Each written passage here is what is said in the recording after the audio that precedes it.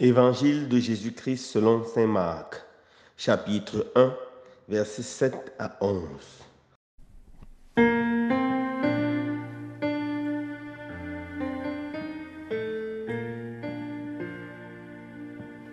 En ce temps-là, Jean le Baptiste proclamait: « Voici venir derrière moi celui qui est plus fort que moi. Je ne suis pas digne de m'abaisser qu'ou défaire la courroie de ses sandales. Moi, je vous ai baptisé avec l'eau. Lui vous baptisera dans l'Esprit Saint. » En ce jour-là, Jésus vint de Nazareth, ville de la Galilée, et il fut baptisé par Jean dans le Jourdain. Et aussitôt, en remontant de l'eau, il vit les cieux se déchirer et l'Esprit descendre sur lui comme une colombe. Il eut une voix venant du ciel: « Tu es mon Fils bien-aimé, en toi se trouve ma joie. » Acclamons la parole de Dieu. Louange à toi, Seigneur Jésus.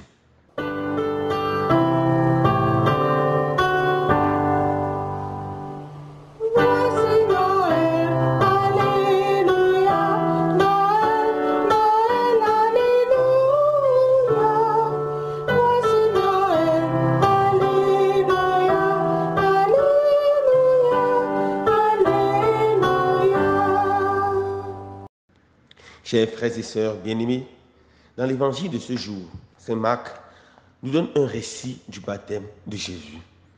Lorsque Jésus est venu se faire baptiser par Jean, 3 choses spéciales se sont passées lorsqu'il sort de l'eau. La première chose, c'est que le ciel s'est ouvert, le ciel s'est déchiré. Cette affirmation de saint Marc est extrêmement théologique et très riche. Nous devons savoir que avec le premier péché, le péché d'Adam et d'Ève, le ciel s'est fermé et les hommes étaient totalement et entièrement privés de la gloire de Dieu. Avec le péché d'Adam et d'Ève, les hommes étaient privés de la vie éternelle, privés des bénédictions qui viennent d'en haut. Et les hommes vivaient dans l'obscurité, dans les ténèbres. Avec le baptême de Jésus, une nouvelle ère commence. L'ère de la bénédiction. Le ciel est nouveau ouvert.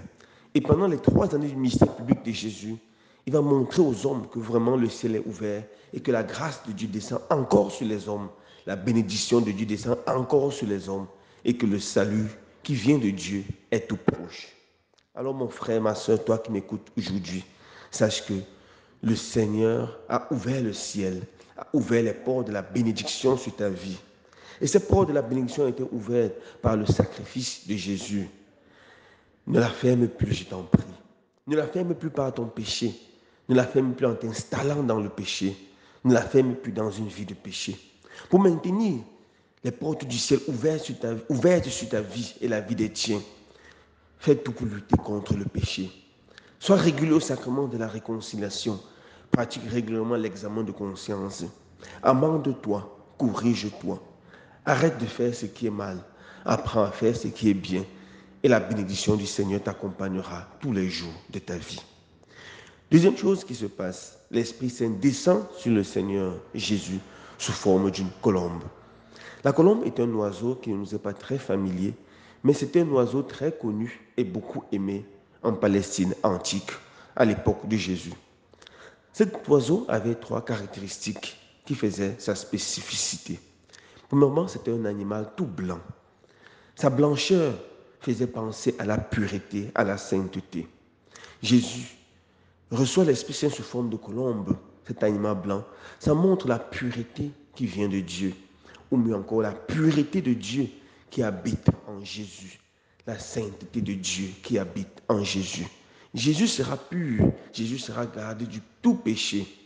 Jésus vivra saintement, il aura une vie vertueuse et c'est ça qui fera sa grandeur. Certaines personnes s'amusent souvent à comparer Jésus à d'autres grands fondateurs de religion. Ce qui est particulier en Jésus, c'est qu'il était pur et il était saint. Contrairement à beaucoup d'autres fondateurs de religions qui prêchaient un message souvent beau, mais qui avaient une vie de péché, Jésus incarnait son message par sa pureté et sa sainteté. Jésus était vraiment comme une colombe. Deuxième chose qui caractérise la colombe, c'est son regard. C'est un oiseau qui a un regard très doux, très humble et très pénétrant. Ce regard de la colombe va être comme une image du regard que Jésus portera sur le monde entier. Un regard doux, un regard humble, un regard pénétrant, mais un regard rempli d'amour et de miséricorde. Jésus posera ce regard sur plusieurs personnes et ils seront ébranlés par la force de son regard. Il posera ce regard sur Pierre après son péché, un regard de pardon, et Pierre pleura longuement. Il posera ce regard sur Zachée qui se convertira profondément. Il posera ce regard sur la pécheresse. Celle-là entrera également dans un chemin profond de conversion. Le regard humble, doux et miséricordieux de Jésus veut se poser sur toi qui m'écoutes aujourd'hui. Peux-tu laisser Jésus te regarder? Peux-tu laisser ce regard transpercer ton cœur? Peux-tu laisser ce regard te séduire? Peux-tu te laisser aimer par Dieu? Jésus veut t'aimer, te sauver et te racheter. Accepte son sacrifice. Accepte tout simplement de te laisser regarder par lui. L'une des plus belles façons de se regarder, laisser regarder par Jésus, c'est l'adoration du Saint-Sacrement. Reste là, contemple Jésus dans l'hostie. Le curé d'Ars disait souvent à ceux qui s'étonnaient qu'il passait de longues heures devant le Saint-Sacrement, je le regarde, il me regarde, je l'aime, il m'aime. La troisième chose qui caractérise la colombe, c'est que c'était le seul oiseau qui servait de sacrifice dans le temple de Jérusalem. Le seul oiseau qui servait de sacrifice.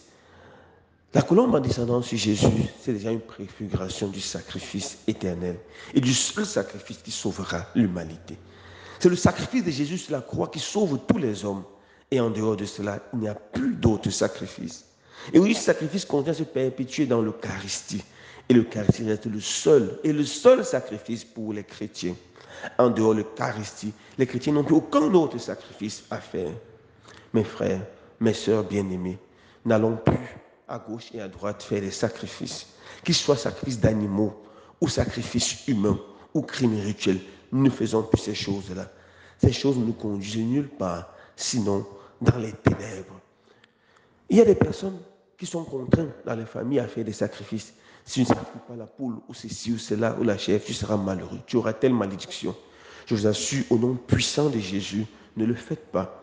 Le seul sacrifice que vous devez faire, c'est celui de l'Eucharistie. N'entrez pas dans le syncrétisme. N'entrez pas dans le syncrétisme. Certaines personnes perdent leur vie, frères et sœurs bien-aimés, parce qu'ils sont entrés dans des réunions, on leur demande de faire des sacrifices humains. Ne le faites pas. Si vous êtes entré, même par mégarde dans ces choses-là, et on vous demande cela, sortez, rapprochez-vous d'un prêtre, et le Seigneur, par ce prêtre, vous aidera. Il vous indiquera ce qu'il y a lieu de faire pour vous débarrasser de toutes ces sales choses. La dernière chose qui se passe le jour du baptême de Jésus, la voix de Dieu le Père se fit entendre. Et Dieu le Père dit, celui-ci est mon Fils bien-aimé, en qui j'ai mis tout mon amour, en qui j'ai mis toute ma confiance. Frères et sœurs bien-aimés, la voix de Dieu le Père est tellement profonde et elle s'adresse à Jésus. Celui-ci est mon Fils bien-aimé. Mais ce que nous devons savoir, c'est que, bien sûr, Jésus est ontologiquement le Fils bien-aimé du Père. Il est toujours déjà le Fils bien-aimé du Père. Mais pendant sa vie terrestre, il a gagné. Il a gagné par une vie d'obéissance. Personne ne peut véritablement être le Fils de Dieu, le Fils bien-aimé du Père, s'il n'obéit pas. Regardons notre vie. Nos parents nous aiment. Mais pour qu'un parent se vante de son enfant, pour qu'il dise et proclame à tout le monde que ça c'est son fils bien-aimé, il faut que l'enfant ait un certain nombre de vertus. Et la première de ces vertus, c'est l'obéissance, l'amour pour ses parents. Et un amour pas en parole, mais un amour en acte et en vérité. Un parent ne pourra jamais dire à un enfant qu'il a abandonné dans sa maladie, dans sa vieillesse. Celui-ci est mon fils bien-aimé. Même si c'est l'enfant unique, même si c'est le dernier fils, un parent ne le dira jamais. Mais un enfant qui prend soin de ses parents, un enfant qui obéit, qui écoute ses parents, les parents le diront avec fierté. Est-ce que Dieu le Père peut le dire pour toi aujourd'hui? Que toi qui m'écoutes, tu es le fils bien-aimé du Père. Si tu es obéissant à Dieu, si tu gardes ses commandements, alors Dieu le Père le dira avec joie et avec fierté.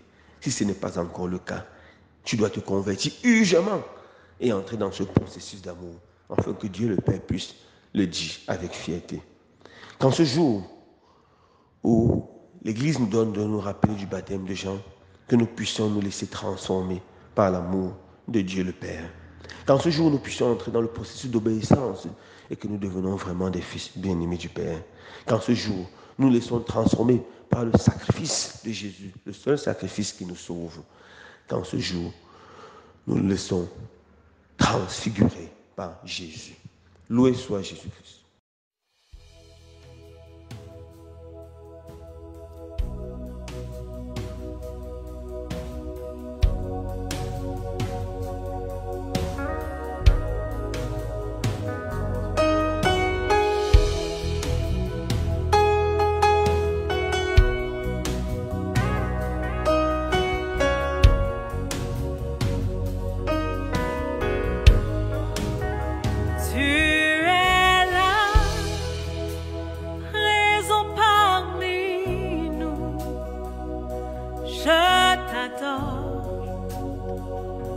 Je t'adore, tu es là, agissons parmi nous.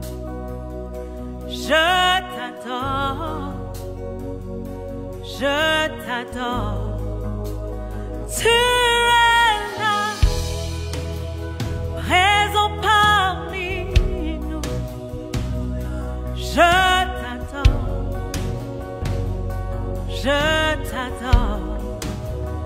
tu es là, agissons parmi nous.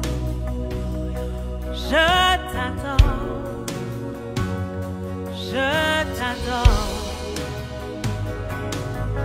Hey, tu ferais un chemin au Père des miracles, tu tiens tes promesses, lumière dans les ténèbres, mon Dieu. C'est ce que tu es. Oh yes. Tu ferais un chemin au Père des miracles, tu tiens tes promesses, lumière dans les ténèbres, mon Dieu. C'est ce que tu es.